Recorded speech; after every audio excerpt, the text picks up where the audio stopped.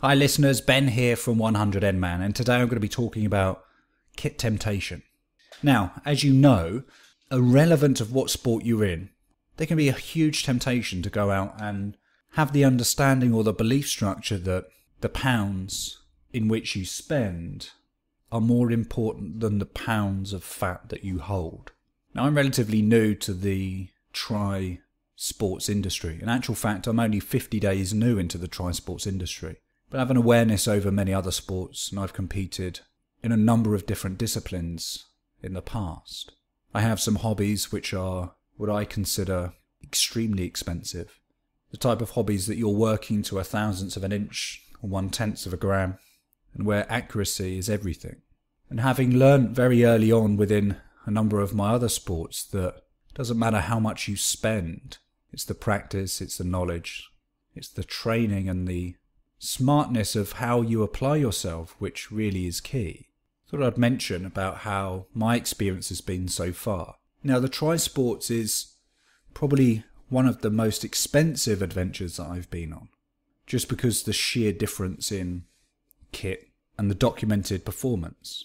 And having watched many hundreds of videos on YouTube, heard the documented accounts of individuals that have competed both as an age grouper and at the elite level, the one thing that I've become to understand is that it doesn't really matter how much you spend on kit if the engine behind the movement, behind the motivation, is not as highly tuned as it can be. And there is no getting away from the fact that Gucci kit generally is more attractive. Or attractive in the eye of the beholder, I guess, but from experience, the difference between a £700 tri-bike to something that costs in excess of £10,000. It's not just the composition which is different, but also there's an element of attractiveness. But it doesn't have to be expensive.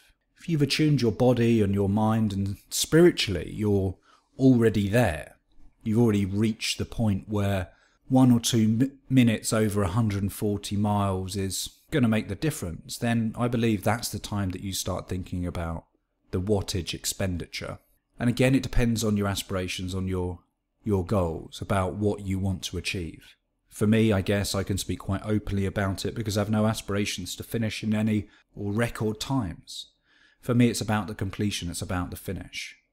It's about the journey, it's about visualizing and seeing and being part of that positive vibe and energy. Sure, the kit is important, but for me, there's no point or there's little point carrying 4 water bottles on a bike and then being concerned about how many grams I can shave off the bike. There's no purpose for me spending £10,000 on a bike when I can lose, or should be looking to lose, 10 pounds of body fat.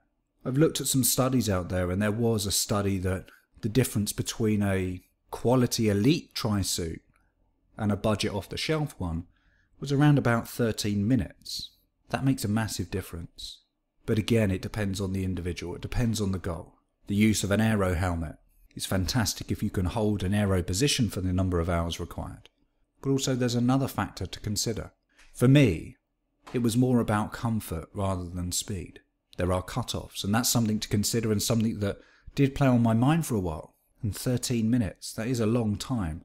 But getting off the bike, feeling comfortable, getting out of the lake or the ocean, and not feeling beat up, for me was a priority.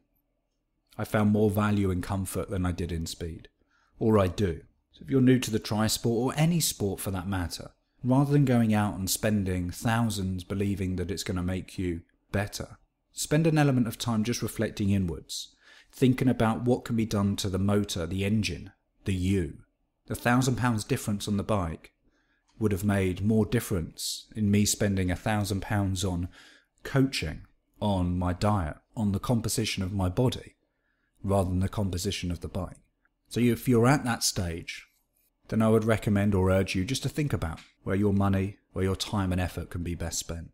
20 hours searching for the best deal on the internet, or 20 hours researching and increasing your knowledge and understanding of nutrition, of blood glucose, about hydration, about swim technique. I guess it comes back to value and value again, doesn't it? Something that I mentioned in one of my previous podcasts. There is a difference between true value and perceived value. The perceived value of an expensive bike means speed, performance. But the true value is that the bike doesn't propel itself. It requires an individual fit enough, skilled enough, knowledged enough to propel it that much faster, that much further. So perhaps it's time for an element of reflection. I know that I've been reflecting. I was keen to go out and buy the latest, the best, but having digested and meditated over what was more important, I began to shift my understanding and my belief structure. So that's it for me. It was something that I was thinking about earlier on that may ring home or ring true to you. Thanks for tuning in.